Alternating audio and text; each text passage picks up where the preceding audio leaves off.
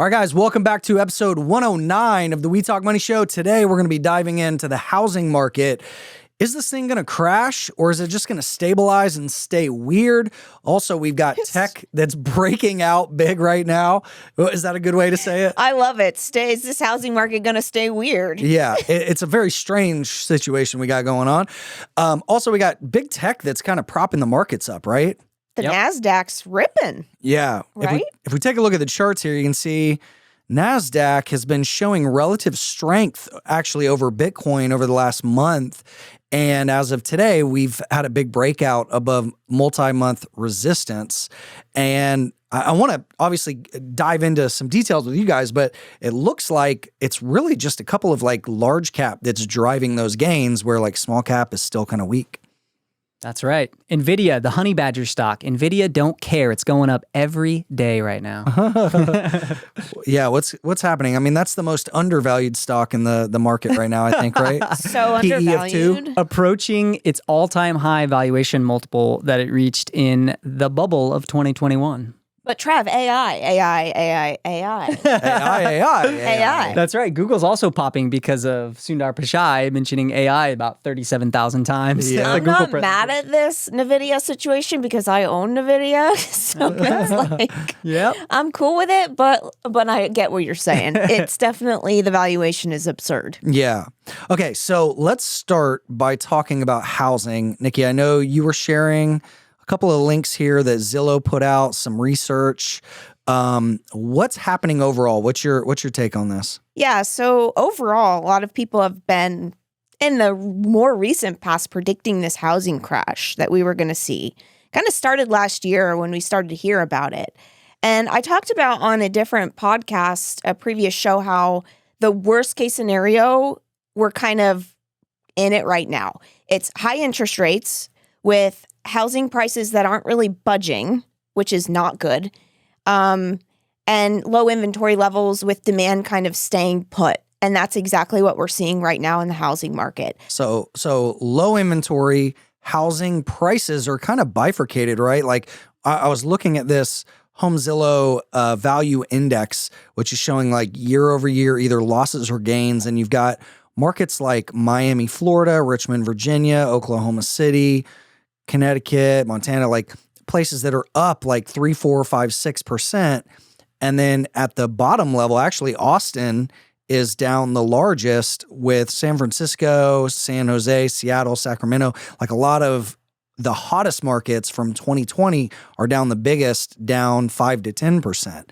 So yeah, I don't know. I guess overall, it looks like the median house income or the average price dipped a little bit in the beginning of the year, but is actually starting to tick back up. Right. Is that right? Yeah. The Zillow value index, quote unquote, it did come down. We were seeing some relief in the market. And of course, it depended on the market you were in. But now, on average, it's starting to tick back up, which is an interesting, it could just be a temporary thing, especially if the Fed keeps rates higher for longer. That could continue to kind of keep things at bay. But on average, right, depending on what market you're trying to buy a home in, I do know a lot of people that are still struggling with, even in Austin, which has had rates which has had housing prices come in quite a bit. People are still struggling with that interest rate because the prices aren't coming down quite enough for the affordability to be something. So basically, that's the issue. And that's like the worst case scenario that I've been talking about is housing prices just aren't budging while interest rates are up. Yeah, if we look at a chart of 30-year rates, we know that rates were basically on the decline from the 80s all the way up until late 2021, where we got the explosion from 3 to 7%. And rates are kind of persistently hanging out here in the mid sixes still. So there's the downside pressure, right, is affordability. But I don't know. Well, the supply is the problem too, right? Yeah. Supply, according to the Zillow data, they're showing new listings down 28% year over year. And inventory overall, in comparison to prior years, is significantly lower. So I think that's part of the problem is we need more housing online. And the other problem is people aren't leaving their homes. They're not moving. So there's not a lot of movement. There's not as much movement They've in got the the golden market. handcuffs of the low interest rates, right? Right. And like, why would you move? Yeah. I think we talked about that last week. But basically, yeah, I mean, this is just showing like inventory's down, rates are up, people aren't moving. But I think we just had housing starts come out today, right? Did you guys notice that? What were those numbers? Do you know off the top of your head? Yeah, and I think yesterday there were some building permits or housing starts numbers that came out, and they were fine. Like they're up from where they were at the end of last year, but still not anywhere close to where they were, say, a year and a half ago, which makes sense. Yeah. So, their builders out there are building some new units, but not at the same level that we saw, a year or two ago. And when you listen to the home builders' earnings calls or when they go to conferences, I was actually reading, I think it was Pulte Homes went to a conference this week and reading kind of their commentary. They are seeing stabilization. And so they saw that initial wave down in prices once interest rates got hiked so much because of the affordability issue. But they've seen a pretty good stabilization in the core business. There are a couple of problem markets, like you said, where prices have pulled back more. So the West Coast and then markets like Austin. But a little bit of context there, we're in Austin right now. Austin's still very much a boom town. Austin prices went up 50% in 2 years. And so pulling back 10 or 20%, they're still up a lot. Still puts you way above where you were 3 or 4 years ago. So I think that context is important because, I saw there's a guy on Twitter who's like a doom and gloomer about housing. And, he's always throwing his hands up and saying, prices are crashing, buckle up. I'm like, bro, like you have no context here. You're doing this for clicks. That's fine. You do you. But like, it's ridiculous. But like, let's look at reality here. So I don't think we're looking at a 2008-like situation. I don't think we're looking at a situation where people got too overextended broadly. But I do think, certain markets got overextended, prices pull back. And then you see a stabilization with the stabilization in rates. Yeah. If we go back to last week, we were talking about how, I in particular expect this is the highest we'll see from the Fed in terms of rates in this cycle. And in fact, the bond market's already saying the Fed is going to need to be cutting by the end of this year. And so at a minimum, I think we're at a place where finally rates have stabilized and home buyers can have some certainty about where rates are going to be. Yeah. And then that leads them to saying, okay, well, we'll buy now and we'll just refinance later. Anticipating lower interest rates in the future. Yeah. So it's like, even if you're pinched now, hopefully rates will come down. Yeah. Yeah. And it was funny. I mean, I remember we were doing shows when in Austin, it was like, it was like in 1 month, there was like, or a year, I can't remember. There was like over 1,000 transactions that got bid up over 100,000 over asking, right?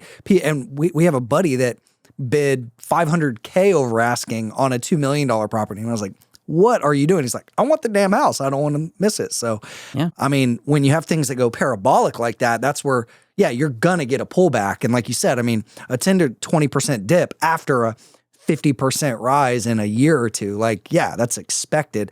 I guess the question going forward is like, all right, let's war game this like we typically do, looking at possibilities and probabilities. If rates come down, I think, what does that do to prices? That stabilizes, right? And with low supply, that's going to hold prices up. If rates stay high or even surprise and break above 7%, what does that do? Well, certainly, I think, if you had rates bust up above 7%, you'd have a real problem here, and you would see further deterioration in prices in housing. Housing is so linked to interest rates now because most people are financing with 80, 90% or higher levels of mortgage debt. Yeah. So that definitely would have an impact. There's some other mega trends we're thinking about here as well. So obviously the trend of supply, a lot of markets just don't build enough supply because of, limited amounts of land or because of, not in my backyard and that type of thing, or because of political regulations. Austin and Travis County are notorious, for instance, for having a whole lot of regulations now that make it difficult to add, dwelling units and things like that. So there's those factors limiting supply. There's also even longer mega factors like boomers retiring and things like that. You've got potentially some people are worried about a wave of housing coming online from the boomer generation because they'll look to downsize homes and things like that. I don't think we've really seen that yet to a large degree. TBD on that. I'm a little bit skeptical on that because I think boomers end up passing those homes down to the next generation and the generation beyond. Especially with a lot of equity, they're going to be looking for that step up in basis. So they're just going to keep the house forever. Yeah. Yeah. And it's a slow bleed. They're not all coming to market at the same time. So I'm a little skeptical there. We also saw that during the whole COVID pandemic timeframe, a lot of people have shifted to work from home or partially working from home. So your home also becomes your office space.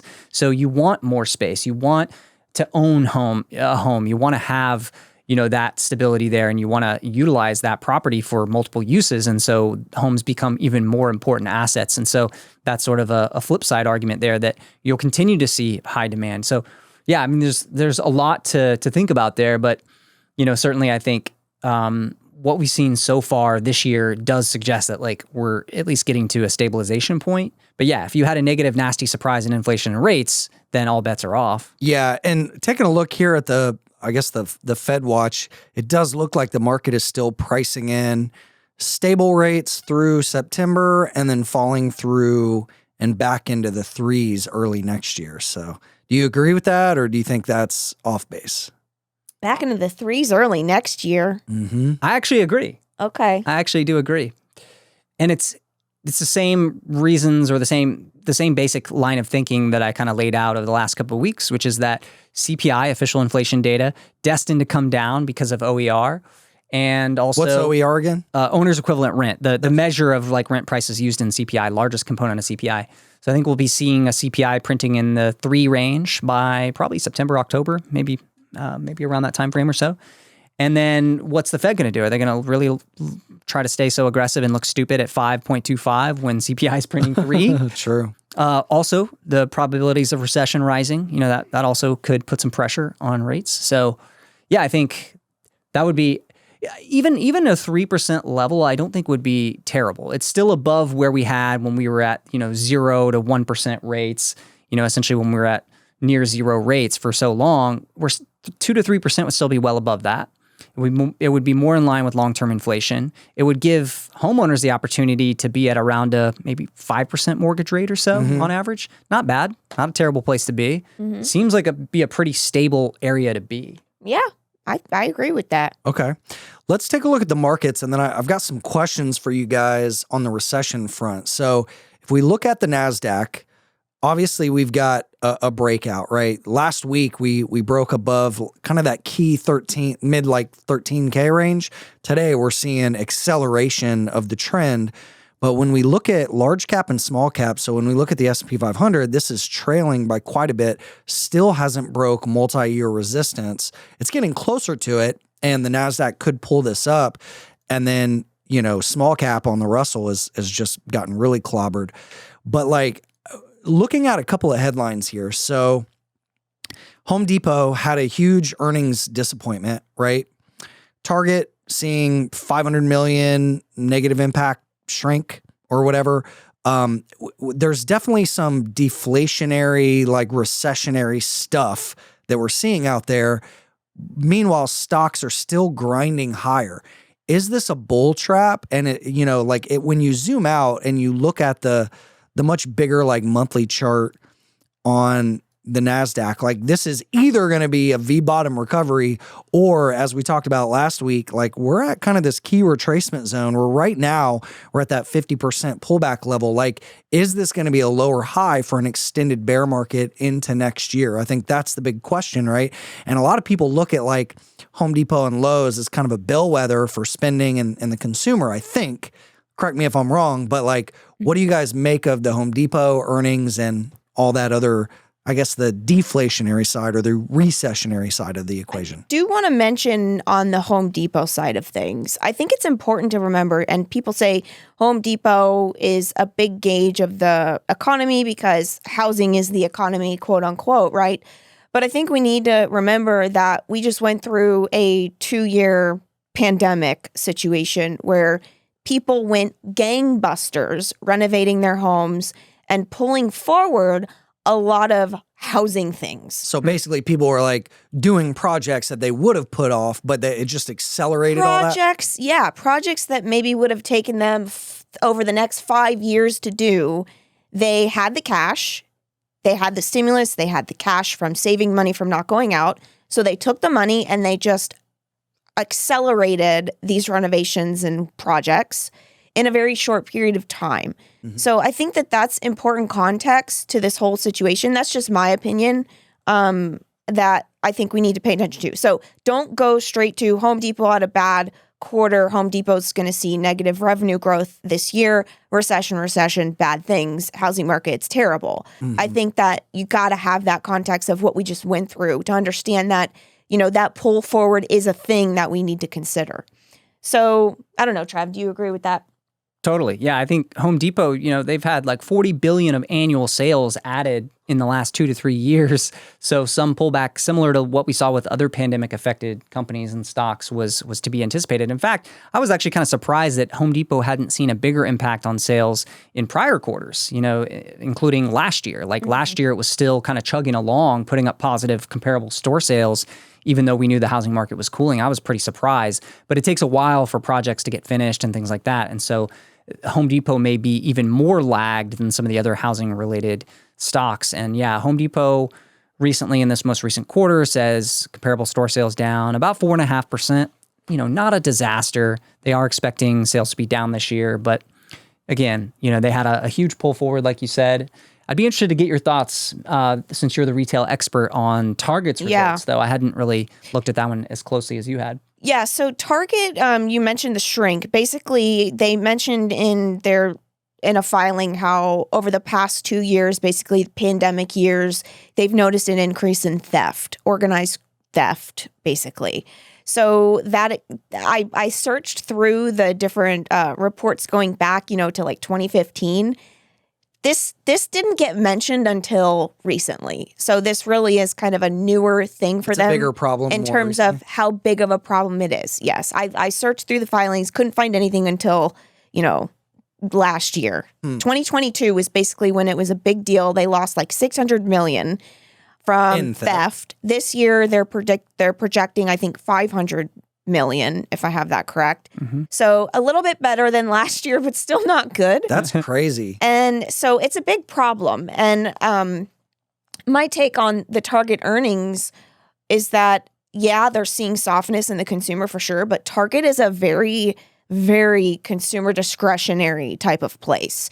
Target is where if you think of Walmart as the essential place to go for your needs, think of Target as like, yeah, you can get some essentials, but people go there to have some fun. Yeah, okay. They go there to spend some money, to buy some things that they probably don't need, and to have a good time. So I think that that's why Target is seeing the quarter that they saw and talking about that softness. Now, what they've done is they've guided for the year from negative low single digit growth to positive low single digit growth. Now, you have to understand, for a big box retailer, that's a wide range. That's kind of like they're kind of telling the market, we don't know what the hell's going to happen. We may have negative growth, or we may actually come out positive and do okay and comp closer to what our average comps are. So it's kind of a weird one. And I think that just as we as investors are really confused about the recessionary environment and confused about what the hell's going to happen with the economy, that is exactly what Target management spoke to me personally. So that was my read on it. It's not good. Like, I definitely think that there are just still so many unknowns on the consumer discretionary side of things. Yes, we're softening, absolutely. But again, we're moving to services, right? So can we for sure say that the consumer is weak and not spending money? Not really. Even we know they're spending on services and travel still. Even the retail sales report that came out this past week showed slight year-over-year growth. So it's not like things are falling off a cliff. It's just sort of like we're in this kind of low growth period. And Home Depot aside, Target again had like slight growth in the quarter. So it's like it's not terrible. It's not like we're seeing the recession like now today. It's just a question of like, is it going to get worse? Is it going to stabilize and get better? Like, the funny thing about Target is they're actually projecting slight growth, revenue growth in 2023, which is crazy. It's like, Or I thought for next quarter or something. Yeah. They were projecting slight growth for, I think it was maybe next quarter. I'm not reading that right. But yeah, it's like, okay. So I heard something interesting about theft at Target. Okay. Apparently, if you go shoplift at Target, they won't, say you go get something cheap, even if they see it, they won't actually confront you right away. Apparently what they do is they keep a record of somehow your identity, face or whatever. I don't know if they have facial recognition software or something, but apparently they'll sandbag it. So say you steal $100 worth of stuff, they'll keep a tally. And if you come back, they'll wait for you to get to whatever the felony level is. And then they'll call the cops in and they'll arrest you. So I guess charges actually stick. I've heard this multiple times. Is it true? Maybe. I don't know. But I've just heard this come up over the years. If they're losing $500 million, to me, that's crazy. I wonder if that policy is having an effect on that. Would they be better off if they're hey, you stole a lollipop, we're going to try to smack you and ban you? Yeah, I think that there are definitely some issues. I know firsthand there are some issues with Target security. I went to Target and bought a bunch of shirts, and the sensors that they put on the shirts to go off if you steal something, they were all on my shirts. When I left. Come on, why don't you just admit it? No, I swear. Put those in your purse and walked out. I left. I walked out. I bought a bunch of shirts. I walked out. Nothing went off. No alarms. Nothing. Oh, wow. Got home. Took the shirts out to wash them. And sure enough, all the sensors were on there. And I'm like, that's annoying. What the hell? How did the sensors? I mean, I have 10 shirts in here with sensors on them and nothing happened. Right, so here's what we're going to do. We're going to do a test. I'm going to go get some men's clothes, throw them in a bag, see if the alarms go off. If not, we're going to send Trav in, and then we're going to just have a whole theft ring. That just sounds like a fun thing to do.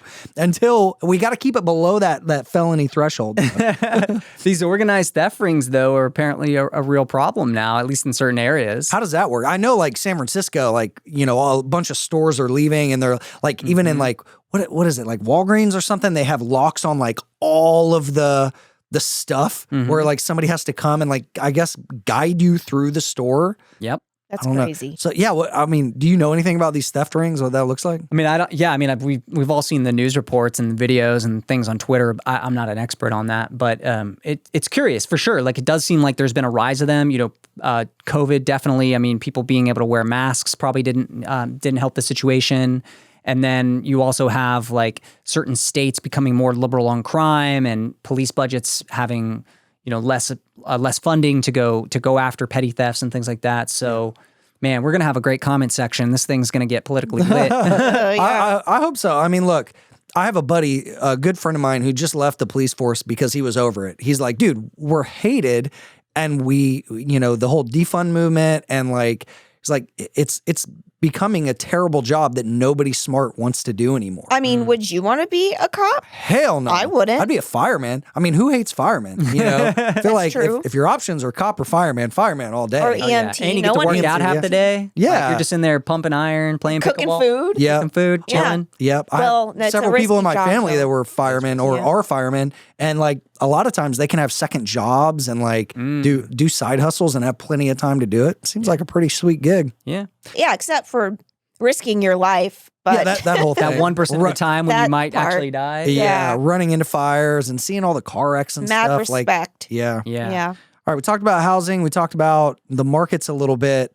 I want to talk a little bit about crypto and kind of the bullshit that I'm seeing right now. I'm frustrated, guys. I'm sorry. The prices aside and market cycles aside, I looked at my Twitter feed the other day and I was like, man, I've just been putting out so much. It just sounds negative, and it's probably reflecting my sentiment of the crypto space right now, which is just, I'm so frustrated that there's so many people that fall prey to scams. And nobody seems to be getting smarter about this shit. Today, I tweeted, I said, there's 3 things that I saw just today on Twitter. Number 1, there's a micro cap pump and dumper, an influencer that we know and we've met, that he or she is well known as trading and pump and dumping microcap shitcoins.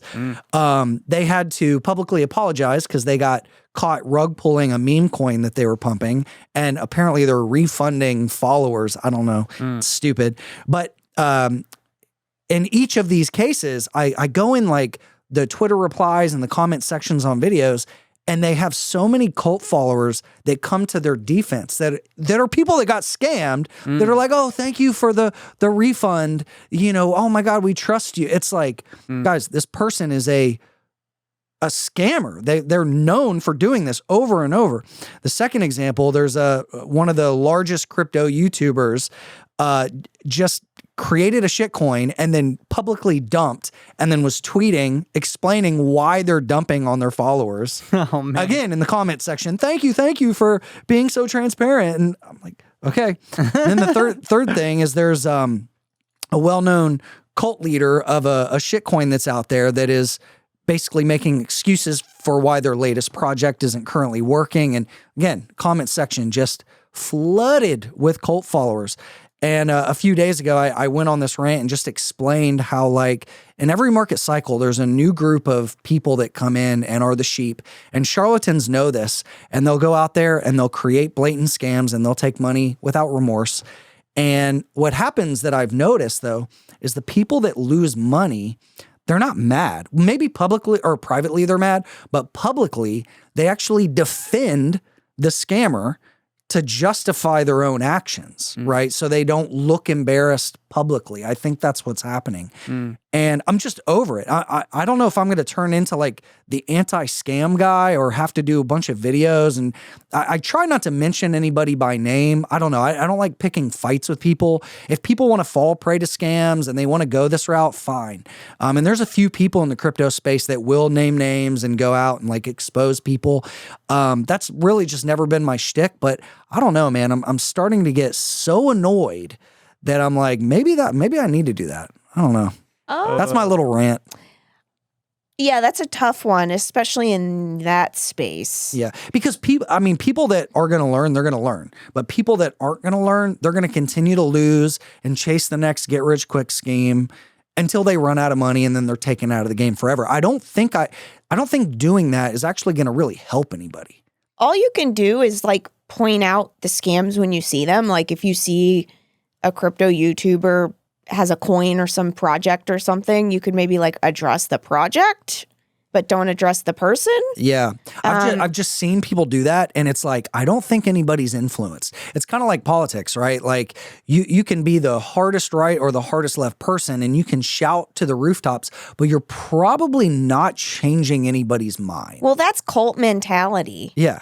Is this your vigilante origin story? Oh, man. Are you the next CoffeeZilla? Right. You could just start an anonymous like YouTube channel just calling these people out. True. No, if I did it, I'd be public about it. But yeah. It is interesting that we don't see more call outs. I see it on the stock side as well, or I see a lack of it on the stock side as well, where people don't seem to get called out. And I've thought about taking that and doing content in that arena and sort of like calling people out. But I guess it's one of those things that it probably doesn't help your like career opportunities ultimately. Yeah. And like, I just don't want to invite the negativity into my life. I know there's some people that are super litigious out there and like, sure, I'll throw money at an attorney to battle, but I just don't want that in my life, right? Yeah. Like that negative energy. Granted, That time suck, that money suck. Yeah, no one wants that. But I know, like, I don't know, maybe it would help some people, but the mass majority of people, if they believe the scam, like it's funny, even whenever I tweet, people are like, you better not be talking about my, thing. Like, and you can just tell, like, they're so ingrained and they're so hooked that there's nothing you can say to change their mind. Yeah, that kind of brings me, and I've called people out in my content. Like I've called out Curtis Ray a million times. The insurance salesman. Everyone calls Curtis Ray out. So maybe it just depends on what it is. Like that seems to be, people seem to do that because they firmly believe that this person is dangerously going after and misleading people into policies that they shouldn't be in. So like people in the personal finance space can't help themselves but to call it out. Yeah. But I don't know. It does have a different tone in the crypto space and kind of a different vibe because it is very, very, I don't want to use the word culty, but it's like the best word I can think of. Or because in personal finance, it's like, hey, we just want to know what's the best strategy. Like, what's the best thing we can do, right? What kind of IRA, what kind of account, what kind of thing should I be invested in? But with crypto, it's got a different feel to it. It's like, this coin is my identity, or this project is my identity, just like the Doge coins and the... We have it in stocks. GameStop, AMC, people stayed in those stocks for years. They're still in them. They still believe the mother of all short squeezes are coming. Bed Bath & Beyond, that company got delisted. It is a bankrupt company. It's being liquidated. And I still see people on Twitter saying that somehow Ryan Cohen's going to come back in. This is all a ruse. They're going to make 10,000%. It's going to be the greatest thing of all time. Like, So is this a generational thing, maybe? You know, it's we talked last week a lot about biases, and I think especially less experienced investors truly have a problem with confirmation bias. They are so, and it very much has to do with what we see in actual cults as well, which is people cannot get past their own thoughts about like their own greed or their own desire to be right.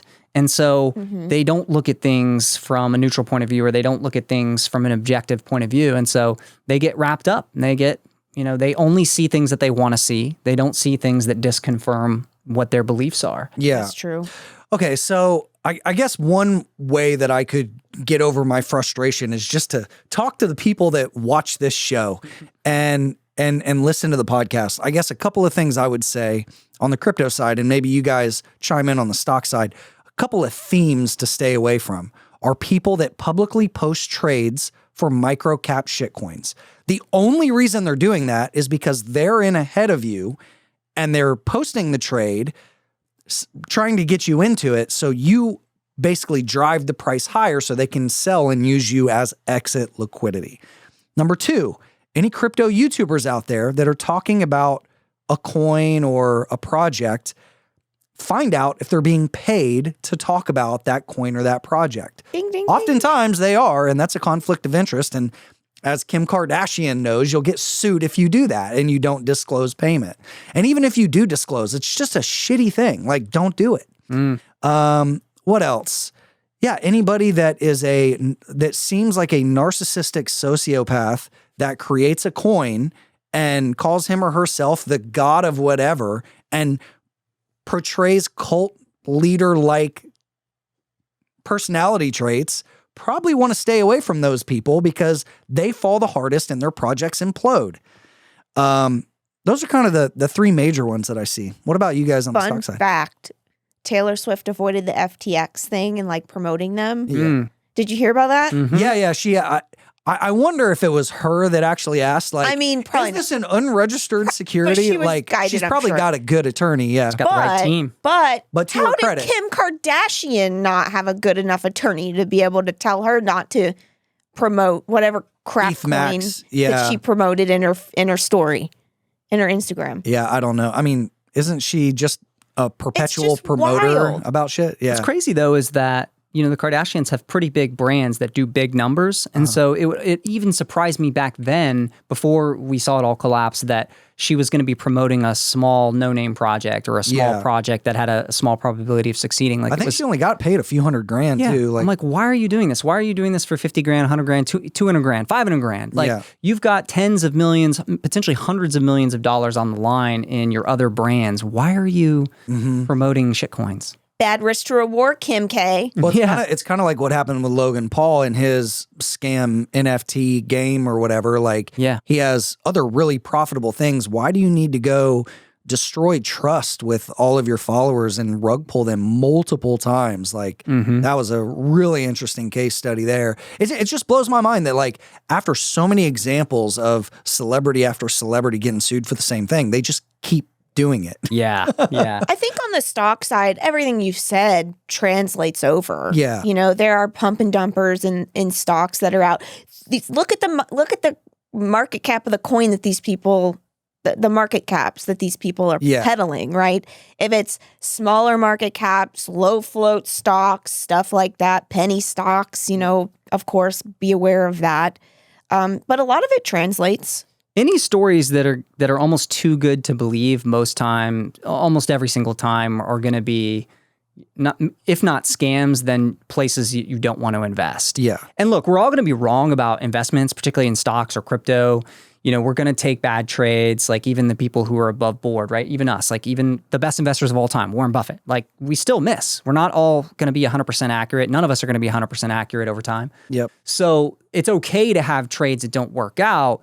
It's the ones where, again, like, yeah, you're pumping things that, like, you're pumping stories or pumping assets that have a low probability of success. The other thing is, of course, position sizing, which we talk about. Like, as an investor, you have to think about, like, not doing things that are going to take yourself out of the game. We say that over and over and over, but this is what a lot of people got wrong with GME and AMC is, like, even if you're a believer, even if you're starting to see the trade work, you shouldn't have 100% of your net worth in one stock in one trade. Like that's pretty crazy. Yeah, definitely. I mean, it does seem like we say the same things over and over, but it's because we keep seeing people do the same things over and over. Yeah, we want to help people. We want people to think about these things and investors to get better. Absolutely. That's why we're here.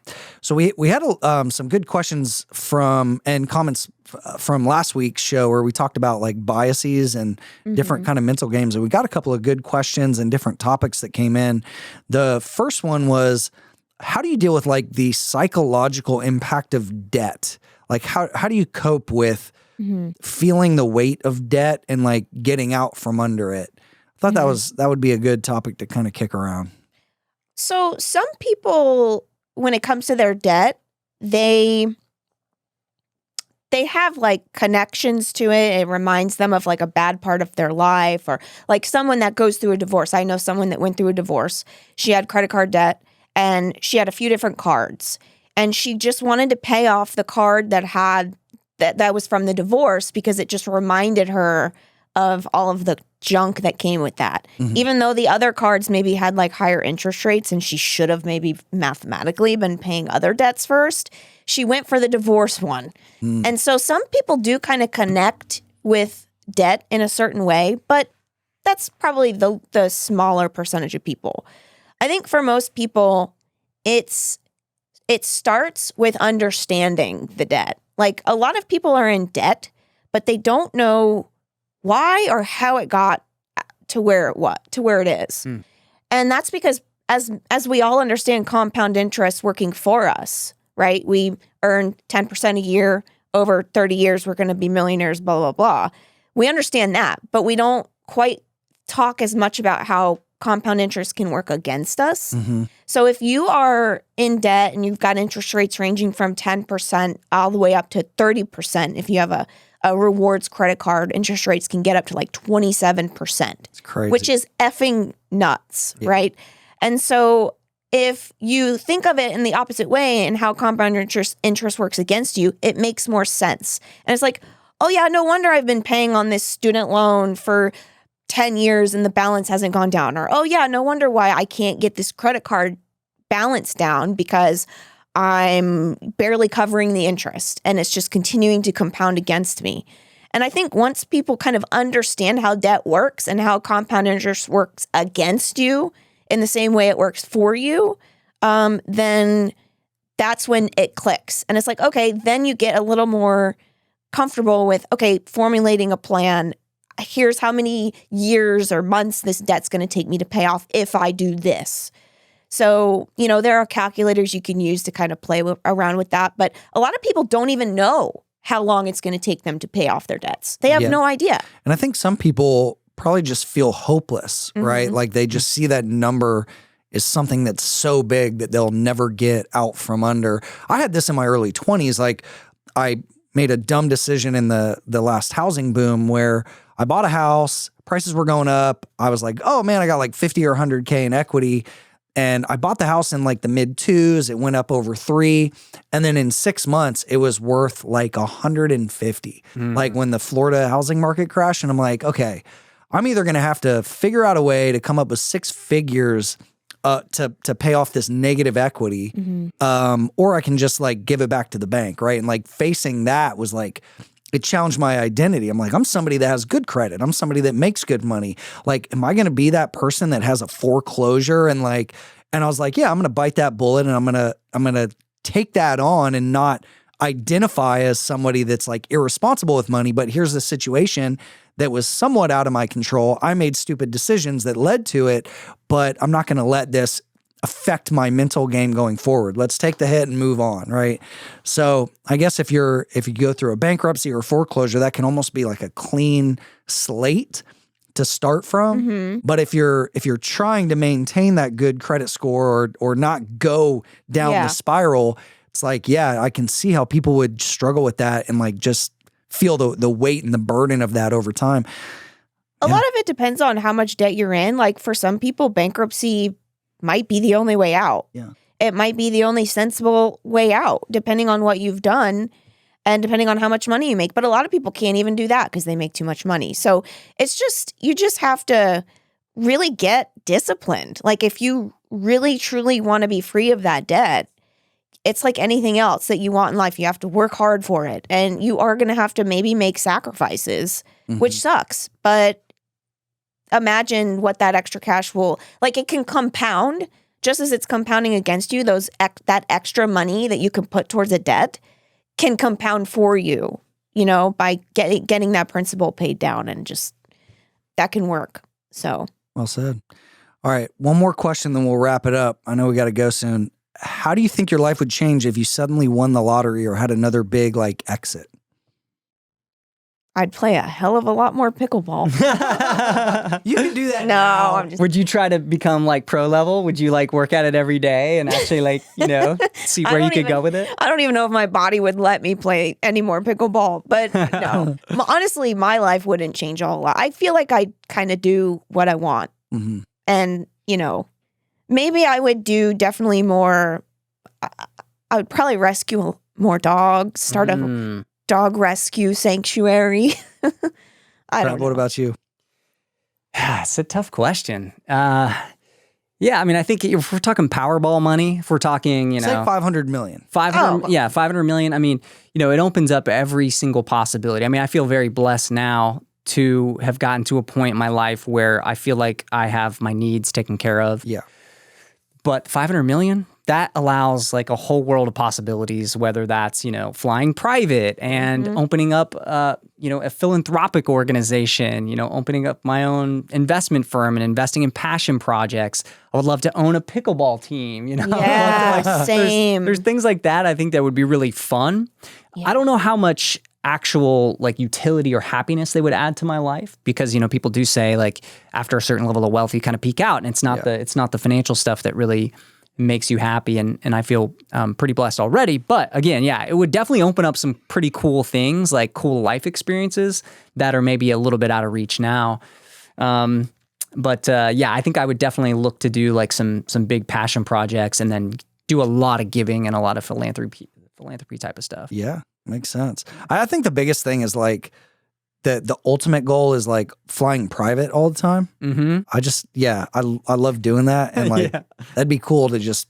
But I don't know. I was talking to a guy at dinner this week that he has a plane, and it's not even a expensive one, but he says the carrying cost alone per year is $750K. Wow. I mean, just the carrying costs. Like, now, at $500 million, yeah, like your treasury interest covers, Yeah. But- And I think this guy was worth at least a couple $100 million. Yeah. And like, so when you look at it as a percent of net worth, like, yeah, that makes sense.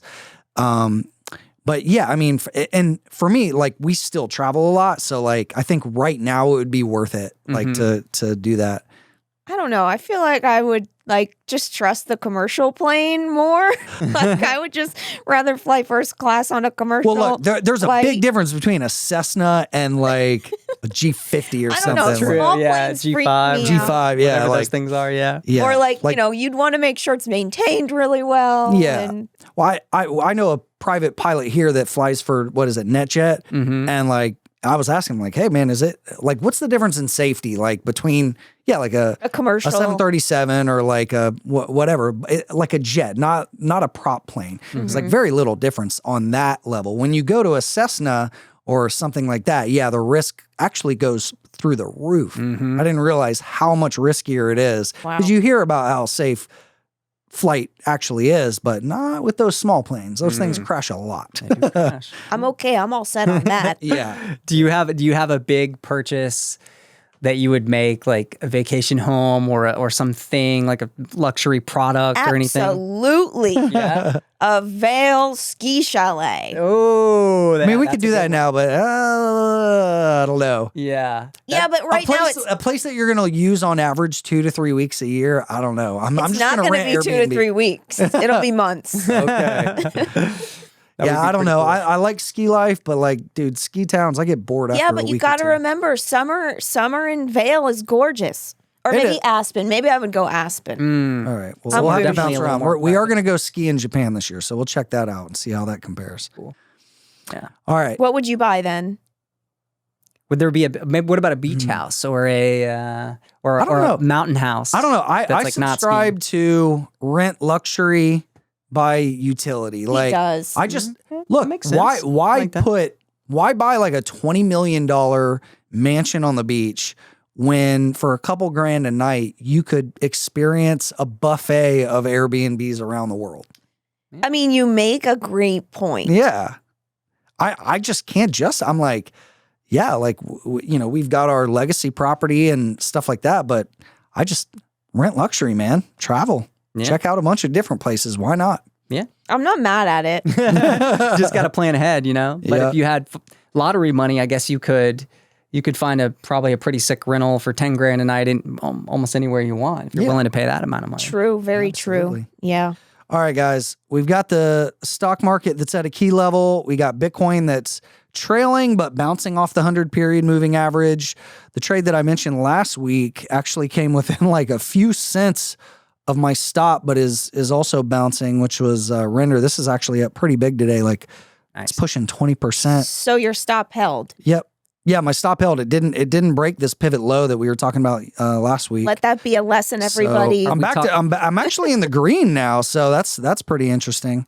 We Talk Money listeners didn't run your stop. Yeah. We need to get bigger. We talked about that last week. Hold your stops. Yeah, Don't I move mean, them up. we were talking about this. I think it was actually, what day was it? It was the pullback day. Yep. And I was like, we were talking about patience and bias. And I mean, this is why sometimes I'll take a graceful exit, like if the thesis for the trade deteriorates, but I'm like, nothing's changed. We're still in a bull market. We're still making higher highs, higher lows, above the moving averages. Like, Looks good. Looks nice. Yeah, today's a big pop. So anyway, anything big coming up? I think we're pretty well through earnings and stuff. Got the big old debt ceiling crisis. Oh God, I keep forgetting about the debt that ceiling. old thing. That's okay. It's okay. I'm doing a video on this right now, so hopefully it'll be released. Is Stock Geek TV back in business? Yeah, let's we're not knocking on wood. We're doing the video. let's get the video posted first. But I've been working on it this week, so Well, you got to actually publish the video before the debt ceiling situation is resolved. That is true. Right. You have a time crunch. true. Yeah. That's true. Get it? Okay, so let's hold you accountable. When are you going to post this video? I'm hoping to get it out by No Nope, no hope. no hoping. Well, I mean, I still have some work to do on it. By tomorrow. So Thursday, if not okay. tonight. Okay. All right. But Well, we're playing pickleball tonight. Yeah, so tomorrow. that's right. Priorities, Trav. But I'm covering the debt ceiling crisis in depth, including looking back at some of the prior debt crises and what that can tell us about what might happen this time and what various assets might do because of it. So yeah, I'm looking pretty deep at that, and stay tuned on that. Okay. Cool. All right. But- well, on that note, guys, if Trav does not post a video to his YouTube this week, give him hell. Yes, please do. All right. Thanks for watching. Make sure to go to wetalkmoney.com, submit a question for the show, wetalkmoney.com/community to check out our wealth building community. And yeah, we'll see you guys next week. Yes. Take care. See you then.